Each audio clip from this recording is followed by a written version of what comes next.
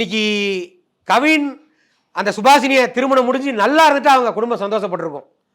இன்னைக்கு அந்த ஒரு காதல்ங்கிற அந்த ஒரு விஷயத்தினால இன்னைக்கு பெத்த பிள்ளைய உண்மையிலே படுகொலைய விட்டு எவ்வளவு கஷ்டப்பட்டுக்கிட்டு இருக்காங்க. கவினோட அப்பா அம்மா சாகிற வயசு கிடையாது, படித்த பையன் நல்ல வேலையில் இருக்கிறாப்புல, படித்த பையன் அந்த காதல் வயப்படாம ஒருவேளை கவினோட அப்பா அம்மா சொல்லக்கூடிய பெண் யாரையாச்சும் பார்த்து கல்யாணம் முடிச்சிருந்தா கூட இன்னைக்கு அந்த உயிரோட இருந்திருக்கும். நீங்க மறைமுகமா திரும்ப திரும்ப அந்த ஒரு மிரட்டல் சொல்லிக்கிட்டே இருக்கீங்க. நீங்க வந்து சாதியை பார்த்து பழகு அப்படி எமோஷனலா கிரியேட் பண்ணீங்க. அண்ணா இந்த இல்ல எல்லாருக்கும் எல்லா ஜாதிக்கும் தெரியும்ண்ணே.